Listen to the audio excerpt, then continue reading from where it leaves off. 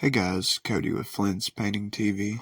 Today we're in Mills River at a job that we done some TNG to sheetrock renovations down in this interior, but today we have plywood sheets that are filled in to look like drywall, and they are falling in at the seam, as you can see there.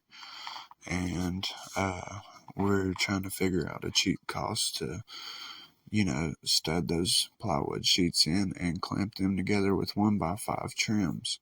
We've got these 12-foot long boards running horizontal, shimed, and these are running level and true. And we're going to fill and caulk these gaps and patch the screw hole heads, and we're going paint grade with these. As you can see here, here's our lateral process dremeled into the crown and butted tight to the board.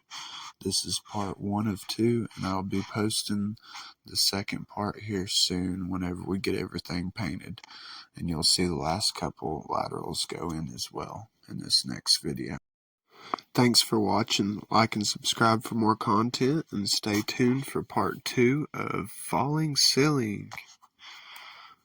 Flynn's Painting Company out of Asheville, North Carolina. Find us on Facebook and Google.